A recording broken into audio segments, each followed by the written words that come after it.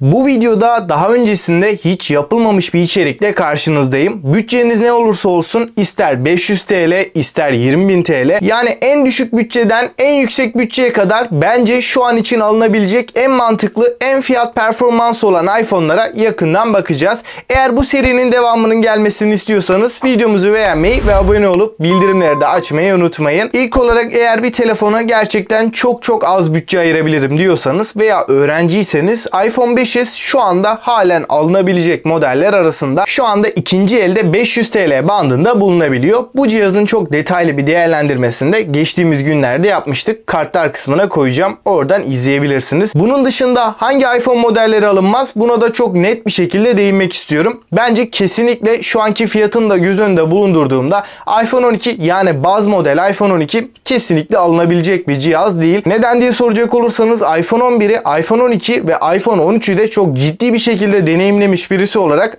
iPhone 11 ile iPhone 12 arasında genel deneyim açısından kayda değer çok büyük farklar bulunmuyor. Ancak fiyat farkına baktığımızda iPhone 11 ile 12 arasında 4000 TL'lik bir farktan söz ediyoruz. Ek olarak iPhone 12 ile iPhone 13 arasında da tam olarak 1000 TL'lik bir fark bulunuyor. Bu 1000 TL'lik farkı verdiğiniz zaman iPhone 13'te çok daha geliştirilmiş ve büyümüş olan sensörler, bunun yanında batarya performansı olarak da en az %20'lik bir artış sağlamış oluyoruz. Bunun dışında Yonga seti ve küçülen çentikle beraber de daha iyi bir ekran deneyimi de sunuyor.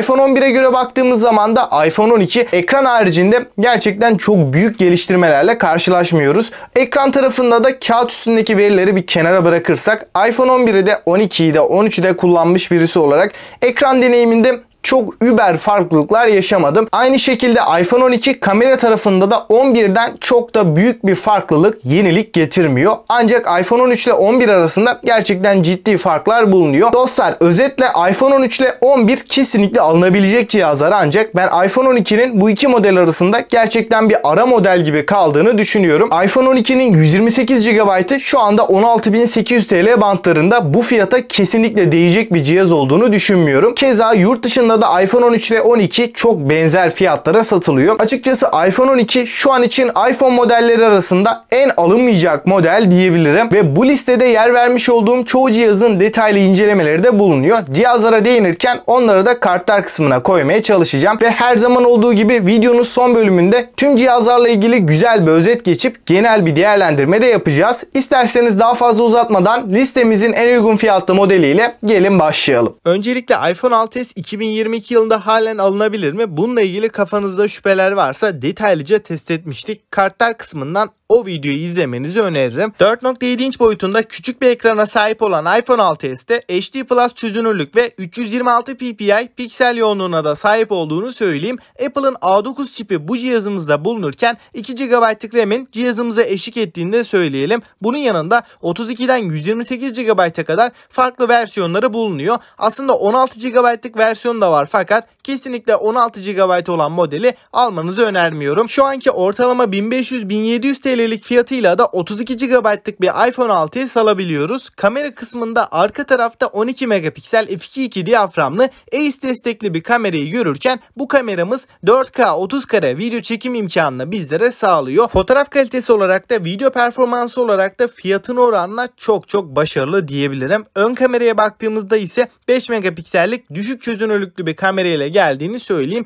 Ön kamera olarak iyi olmasa da arka kameranın gerçekten fiyatına oranla bizi memnun ettiğini söyleyebilirim. Malzeme yapısı olarak da iPhone 6s oldukça premium bir cihaz. Metal bir yapıya sahipken 7.1 mm'lik kalınlık ve 143 gramlık bir ağırlığa sahip. Bunun dışında 1715 mAh'lik bir batarya ile gelen iPhone 6s 3 saat civarı ekran süresi verebiliyor. Oyun performansı olarak da kendi fiyat aralığının en iyilerinden diyebilirim. Yani eğer yoğun bir kullanıcı değilseniz iPhone 6s bu fiyat bandında işinizi fazlasıyla görecektir. Yazılım kısmında da iOS 9'da çıkan bu cihaz iOS 15 güncellemesini de aldı. Hatta iOS 16'yı da alabileceğini düşünüyorum. Yazılım performansı olarak da halen akıcı çalışabildiğini söyleyebilirim. Listemizin ikinci sırasına geçtiğimizde iPhone 7'yi görüyoruz. Bu cihazın da detaylı testlerini yaptık. Kartlardan ulaşabilirsiniz. iPhone 7'de de kalın çerçeveler devam ediyor. 4.7 inçlik HD Plus çözünürlüğünde 326 ppi gibi güzel bir piksel yoğunluğuna sahip olan bu ekranımızda DCI-P3 renk uzayının da %100'ünü yüzünü kapsadığını belirteyim. Ekran kalitesi olarak küçük bir boyut olduğunu düşündüğümde kötü bir deneyim vermediğini söyleyebilirim. Ekranın her köşesine erişebildiğimiz için de hızlı ve kolay kullanılabilen bir telefon. İşlemci kısmında Apple A10 Fusion'u görebilirken 2 GB RAM ve 32 GB'dan 256 GB'a kadar depolama seçenekleri sunulmuş durumda. Şu anlık en düşük güncel fiyatı da 2300 TL bandında diyebilirim. Ama 2-3 sene kullanmayı düşünüyorsanız 2800-2900 TL bandlarında 128 GB'lık modeline bakmanızı öneririm. Kamera kısmında iPhone 7'de 12 megapiksel f1.8 diyafram açıklığında optik imaj sabitleyicisine sahip olan çok kaliteli bir kamera ile karşılaşıyoruz. Düşük ışık performansı haricinde gün ışığında hem fotoğraflar hem de videolar konusunda gayet başarılı olduğunu belirteyim. Ön kameraya baktığımızda 7 megapiksel f2.2 HDR ve EIS destekli bir kamerayı görebiliyoruz. iPhone 7'de 1960 mAh'lik bir bataryaya yer verilmişken hızlı şarj desteğimiz maalesef ki bulunmuyor. Eski bir cihaz olduğu için alacaksanız güçlendirilmiş bataryayla bataryayı değiştirmenizi öneririm. Bu sayede batarya performansımız çok daha iyi seviyeye gelecektir. Yazılım kısmında da iOS 15 yüklü olarak gelirken iOS 17'ye kadar da iPhone 7'nin güncellemeleri alacağını söyleyebilirim. Bunun dışında Touch ID sensörü de ikinci nesil olduğu için hızlı bir şekilde ekran kildinden kurtulabiliyoruz. Kompakt, uygun fiyatlı ve performanslı bir cihaz arayanlar için iPhone 7 güzel bir seçim olacaktır. Şimdi 3. cihazımıza geldiğimizde iPhone 8'i görüyoruz. Bu cihazın güncel testlerini yaptık. Kartlar kısmından o videoya ulaşabilirsiniz. 4.7 inç HD Plus çözünürlük ve 326 ppi piksel yoğunluğuna sahip olan bu ekranımız DCI-P3 renk uzayının %100'ünü kapsıyor.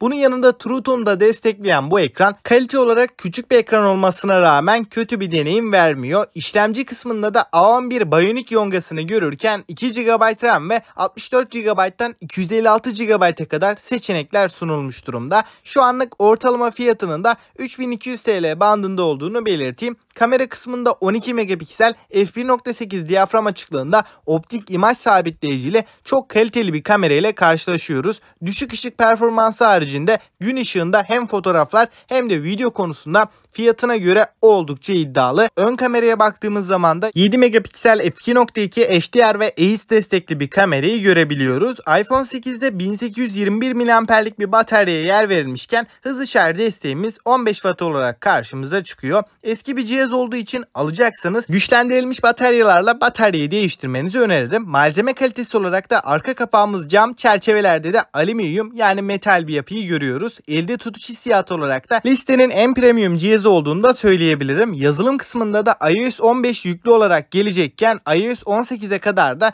güncellemeleri alacağını belirteyim. Bunun dışında Touch ID sensörü de oldukça hızlı bir şekilde çalışıyor. Ekranın kildinden hızlıca kurtuluyoruz. Kompakt, uygun fiyatlı, aynı zamanda da performanslı bir cihaz arayanlar için iPhone 8 halen güzel bir seçim olacaktır. Bunun yanında iPhone 8 Plus modeli de tercih edilebilecek seçenekler arasında ama 5000 TL'ye kadar pek fazla sorunsuz temiz bir iPhone 8 Plus yok. Eğer 5000 TL altında sıkıntısız bir iPhone 8 Plus bulabilirseniz Full HD ekranı, telefoto lensi ve 3 GB'lık RAM ile de 4500-5000 aralığında Apple tarafında alınabilecek güzel seçenekler arasında, ama dediğim gibi 5000 TL'nin üstünü kesinlikle hak ettiğini düşünmüyorum. Listedeki 4. cihazımız Apple'ın eski kasada güncel teknolojileri barındıran, benim 4 ay boyunca kullandığım iPhone SE 2020'yi görüyoruz. Öncelikle bu cihazla ilgili çok detaylı bir inceleme videosu yayınlamıştım. Onu izlemek isterseniz kartlar kısmından ulaşabilirsiniz. Burada pek fazla detaya girmeden yüzeysel bir şekilde anlatacağım. Bu cihazın en öne çıkan özelliği ana kamera başarımı diyebiliriz. Ekran tarafında 4.7 inçlik piyasanın en küçük ekranıyla karşımıza çıkan iPhone SE HD Plus çözünürlüğünde 326 ppi piksel yoğunluğunda 60 Hz standart yenileme hızına sahip.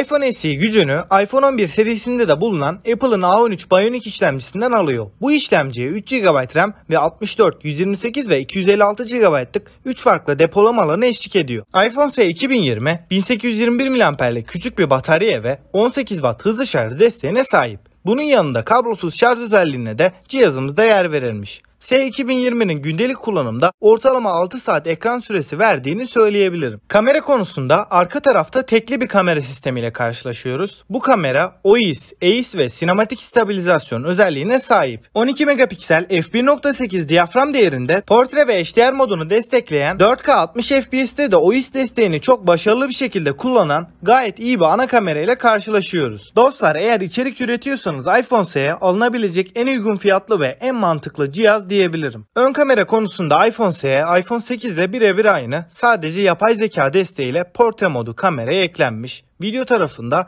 1080p 30 fps EIS destekli videolar çekebiliyoruz. Ön kamera konusunda günümüz standartlarının gerisinde kaldığını söyleyebilirim. iPhone SE 7.3 mm'lik bir kalınlığa ve 148 gramlık bir ağırlığa sahip. Malzeme kalitesi olarak listenin en premium cihazı olduğunu belirteyim. Çerçeveler 7000 serisi alüminyumdan ve arka kapağı ise cam bir yüzeye sahip. Home tuşuna entegre olarak gelen parmak izi okuyucu sunan iPhone SE, suya ve toza karşı dayanıklılık konusunda IP67 ile korunuyor. iOS 14 ile kutudan çıkan S2020 en az iOS 19'a kadar iOS güncellemelerini düzenli bir şekilde almaya devam edecek. Hoparlör konusunda cihazımızda stereo hoparlörlere yer verilmiş, gayet tatmin edici bir ses kalitesi sunduğunu söyleyebilirim. Son olarak kablosuz bağlantılarda iPhone SE, Wi-Fi 6 ve Bluetooth 5.0 teknolojisini bünyesinde barındırıyor. Listemizin 5. sırasında iPhone 11'e yer verdim. iPhone 11'i seçmemdeki en büyük sebep kamera performansı ve donanım kısmı diyebilirim. Bu cihazda A13 Bionic yongası bulunurken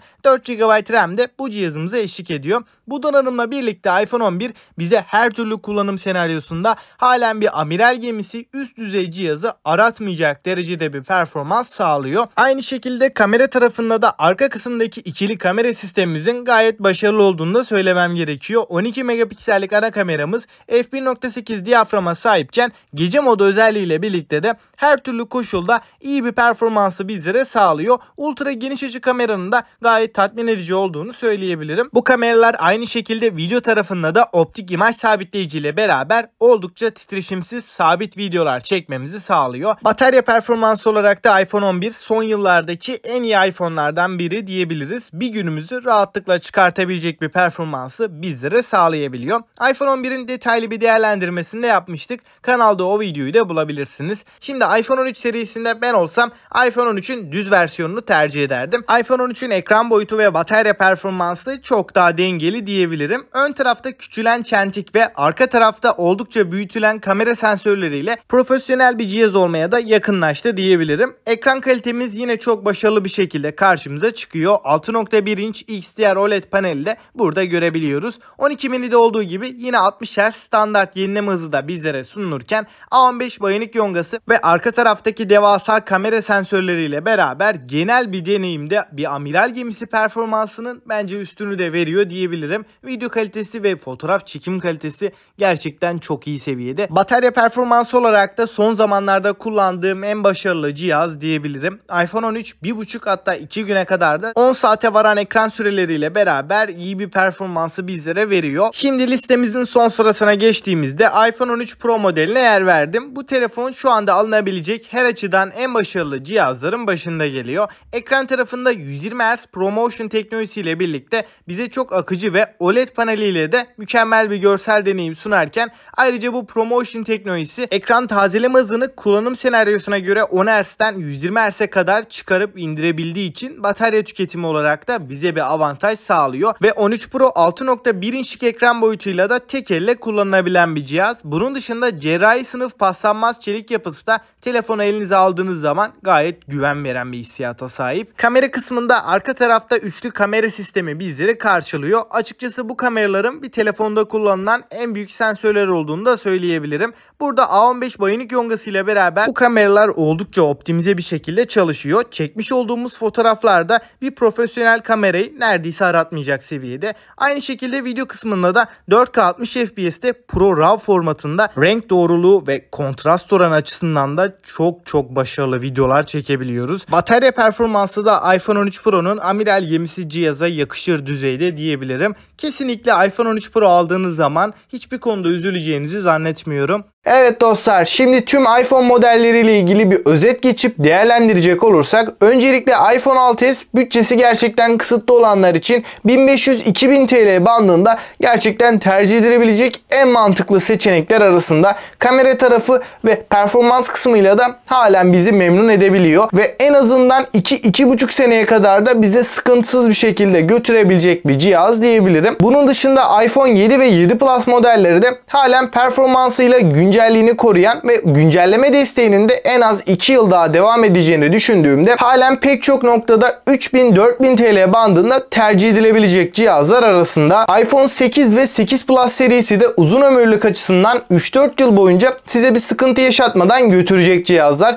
Tabii ki burada ikinci el olan ve de özellikle 4-5 senelik iPhone 8, iPhone 7 gibi modellerde batarya sağlığı cihazın genel performansında çok büyük bir etken. Yani burada ikinci el bir iPhone alırken dikkat etmeniz gereken en önemli kısım batarya sağlığı diyebilirim. iPhone X'e listede yer vermedik ancak iPhone X'te alınabilecek modeller arasında. Fakat iPhone 8 Plus iPhone X'e göre kronik sorunların daha az olması sebebiyle bana biraz daha mantıklı geliyor. Zaten 8 Plus ile X arasında donanımsal açıdan da herhangi bir fark bulunmuyor. Bunun dışında alınmayacak modeller arasına iPhone XS, XR ve XS Max gibi modelleri ekleyebiliriz. Çünkü bunlar gerçekten güncelliğini biraz daha yitirmiş cihazlar. Neden böyle söylüyorum? iPhone SE 2020 şu anda sıfır olarak 7200 TL bandında bulunabiliyor ve ikinci eldeki fiyatına baktığımızda XR, XS gibi modellerde 7000-8000 TL civarında dolaşıyor diyebilirim. Bu cihazlar iPhone SE 2020'ye göre hem donanım kısmında daha geride, kamera yetenekleri olarak iPhone SE 2020 iki modelinde önüne geçiyor diyebilirim. Eğer uygun fiyata bulursanız XS gibi modelleri de tercih edebilirsiniz ancak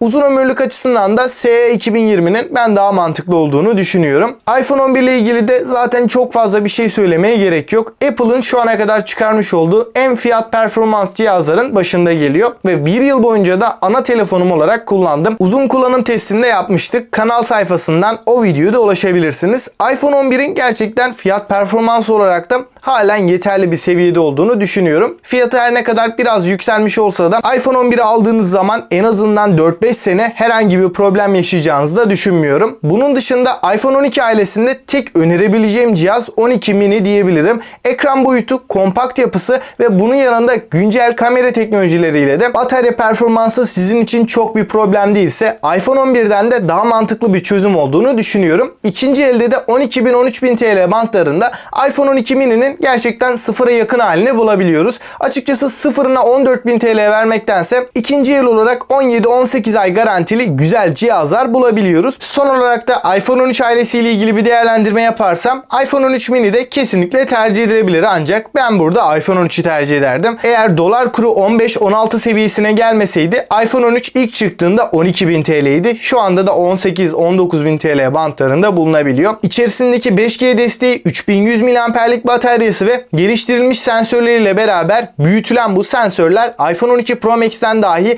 daha profesyonele yakın düzeyde videolar çekmemizi sağlıyor. Bu konuda da iPhone 13'ü gerçekten avantajlı olduğunu düşünüyorum ve Pro serisinde de ben iPhone 13 Pro Max yerine iPhone 13 Pro'yu tercih ederdim. Çünkü burada 6.1 inçlik bu boyut benim için ideal seviyede diyebilirim. 6.6 inç, 6.7 inç gibi devasa ekran boyutları bence bir telefona göre çok büyük kalıyor ve ağırlığını da düşündüğüm zaman 13 Pro Max çok taşınabilir bir cihaz da değil. iPhone 13 Pro, iPhone 13 Pro Max'e nazaran daha kompakt ve iPhone 13 Pro Max'in sunmuş olduğu donanım, kamera ve yazılım kısmındaki tüm detayları içinde bulunduran bir telefon. Yani ekran boyutu ve batarya performansı haricinde iki cihaz arasında en ufak bir fark bulunmuyor. Apple burada Samsung'un yapmış olduğu gibi en büyük ekranlı telefona en dolu özellikleri vermemiş. Burada 13 Pro'ya da 13 Pro Max'e de aynı donanımı konumlandırmış. Bu gerçekten önemli. Yani burada kullanıcılar sadece ekran boyutuna göre bir seçim yapabiliyor. Yani boyut avantajından dolayı